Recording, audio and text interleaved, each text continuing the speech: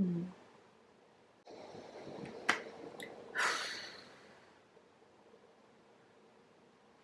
Okay.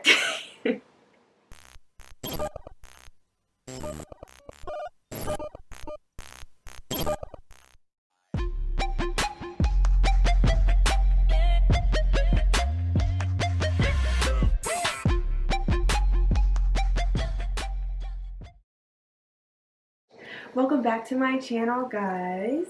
Welcome back to the very, very late Flex show. Honestly, it's catchy. You can't deny it.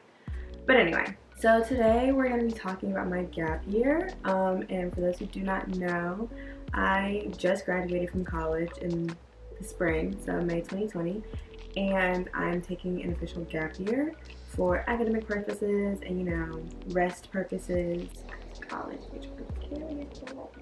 because, you know, just need to wind down and wind back up for what will be law school next fall. So first thing is, for those of y'all who don't know what a gap year is, it's essentially just a year off, or as many years off as you like. Depends on what you like. Some people take 2. I believe the average gap year is about 2 to 3 years for law students, which I found quite terrifying because I know if I was out of school that long, I just probably wouldn't go back. But yeah, so I'm taking a gap year, and so I'll be enrolled in law school next fall. So right now, I've been just studying and stuff like that, you know. Shout out to Kaplan. Shout out to Kaplan, okay. But, so I've been studying since about, I already took the LSAT once. Did not go as planned. It didn't go terribly. It just didn't go good enough for me. So this is my last opportunity, quite frankly, and that's fine. I should have been great for my first work, but it's fine, it's whatever. So right now I've been studying since about May. I've been meaning to take it again, but it's just, you know, everything with the world going on right now with Corona, and just a lot of things being moved virtually, a lot of things being changed, even the format of the LSAT has changed. So I've really just been studying a lot, you know, doing what I can to, you know, prepare myself to take this 3.5-hour test. So for those of y'all wondering what you should be doing in a gap year, the first thing is I would say do whatever you want, kind of. Honestly, because if you've already taken the LSAT and you're happy with your score, then just relax, you know, build your resume if you want. I always recommend building your resume.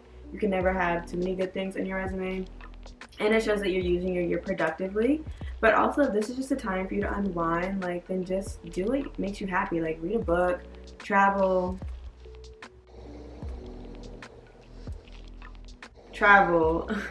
you know, go do things that are gonna, you know, recharge you and get you ready and get you back in that mindset to be back in school. So like I said, for me, I've been studying. Right now I'm in a course, and it costs,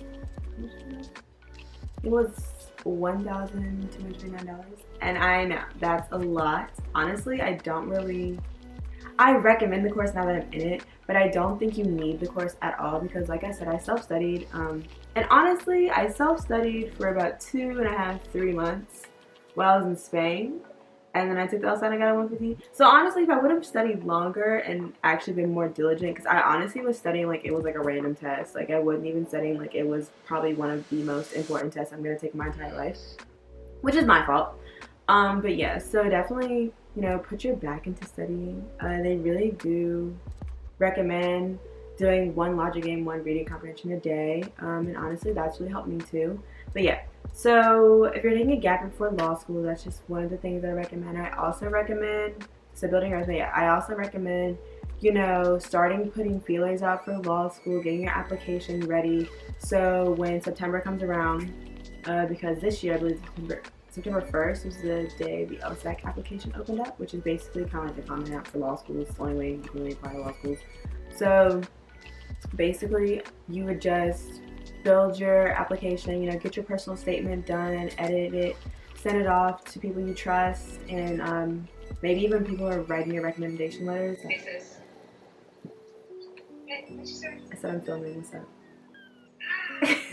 So I still be answering hi YouTube. Hi YouTube. I'm sorry. So yeah, you want to get your application together. You know, get your letter of recommendations. Woo! Start thinking about who you want to write them because they're gonna have to go into your LSAT account and write them for you. Get your transcripts ready. Request them.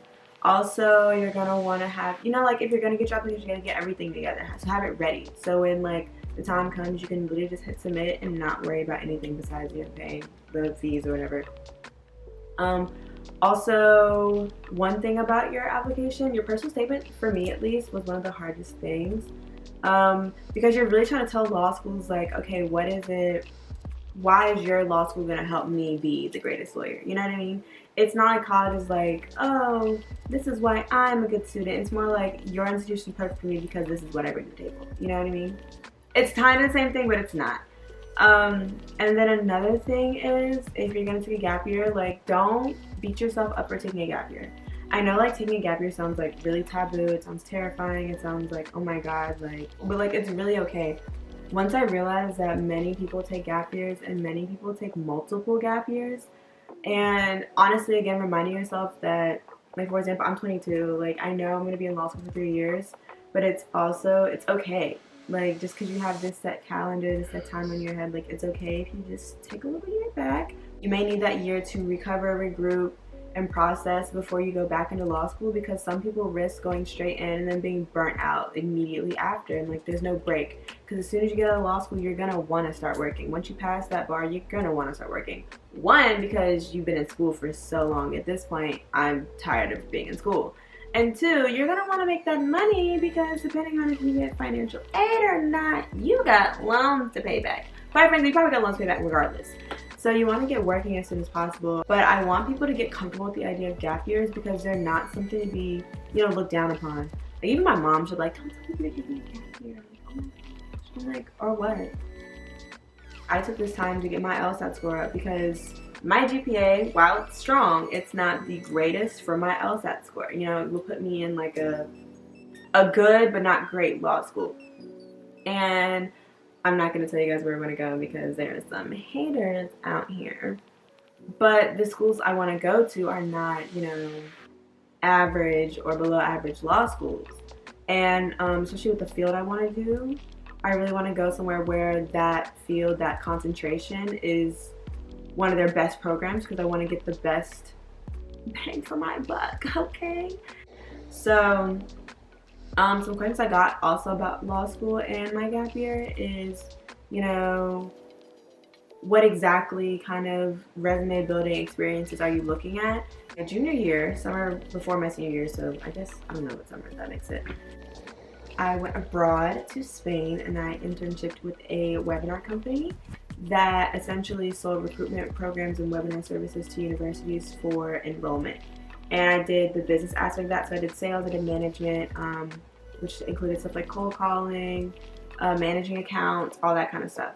And so I've been doing a lot of business internships because, again, what I was told also by a lot of corporate law mentors that I have is that law internships, they come and go, and it's pretty much all the same thing, like you're doing filing, you're doing clerkship, like that's essentially what you're doing every single law internship, unless, you're already in law school or you have certain connections or you have, other opportunities available, but most and majority of law internships are really clerkships and things like that nature. So I decided to go do the business thing first because a lot of law school applicants who are going into corporate law or business related law have more law than business expertise. And so I was told, work on the business side a lot more because those are kind of harder to get and those are more, you're going to learn more in terms of what you need from a business aspect. You're not going to get those kind of business tools and skills from strictly a law related internship or a law course. So right now I've been definitely doing some shadowing and some internships with lawyers nearby and law firms. A lot of it's been remote because of Corona. So that's been a bit of a different experience. So I'm basically kind of answering the phone from home, sending emails and correspondence and drafting all that from home, which is nice because I don't like leaving my house. I also have friends of the family who are lawyers, and I've been working with them. and, you know, helping them out, doing whatever they need as like an internship or, you know, an apprenticeship, something like that. So it's been really interesting. I've been able to explore a lot of different paths in my career field. I've been looking at contract stuff. I've been taking a contract course through the Harvard Law thing. You know, since Corona hit, a lot of like Ivy League and universities and law schools or business schools, whatever. They've been offering a lot of they've been offering a lot of, you know, certification courses that you can just take and get the certification and boom, you're good. So I've been doing those. Doing a lot of transactional stuff, been doing a lot of legal stuff. So honestly, I've been kind of having fun with what I'm doing, and I'm only 4 months into my gap year, and I'm already doing a lot. And it may not be consistent, as in it may not be something I'm doing every single day, but I'm still doing stuff that's building my resume, and it's allowing me to have fun with what I want to do and explore other options within what I want to do. So that's been the greatest part of taking a gap year. And I feel like that's why I also recommend doing a gap year. You also find out what you really want to do, because maybe you realize maybe you don't want to do entertainment law, or at least for law students, maybe you don't want to do entertainment law, maybe you want to do civil, maybe you want to do criminal. Who knows? Like, it's not always about like I'm tired. Like, sometimes people just want to take a year off, figure out what they really want to do before they hop into a career field or hop into a 3-year, 4-year plus institution and, you know, get a degree in something that they're not really sure they want to do. But yeah, so I definitely recommend, you know, getting your mind right, taking a moment, collect yourself, rest up, you know, do what makes you happy, or even do what you need to do, focus in on something that you're not great at, or, you know, build your resume, because this gap year, or plural gap years, can really make a difference in what you want to do. And I definitely feel like, you know, people should definitely take them more seriously, and people should definitely at least entertain the idea in their, you know, career plan. So yeah, that is why I feel like gap years are important. That is a video. That's my opinion about gap years, what you should do during your gap year, and what a gap year should be for you. I hope this was helpful. Because for me, I know like a gap year can be very overwhelming, it can be very scary, it can be like, well, I'm not taking a year off from school, like I'm trying to get to this money, you know, I'm trying to get in my career field, I'm trying to move on, like I'm trying to get to where I want to be in life. But sometimes you need to slow down, take a break, reevaluate, process, all of that. And, you know, a gap year can really be a good decision for you if that's what you want to do. So I hope this was helpful. And, you know, as always, like, comment, subscribe, turn on the notification bell. I really want to get the little bell up here somewhere. And, you know, don't forget to stay tuned next week for my story time. And I will give you a sneak peek. It has to do with New Orleans and Mardi Gras. So stay tuned.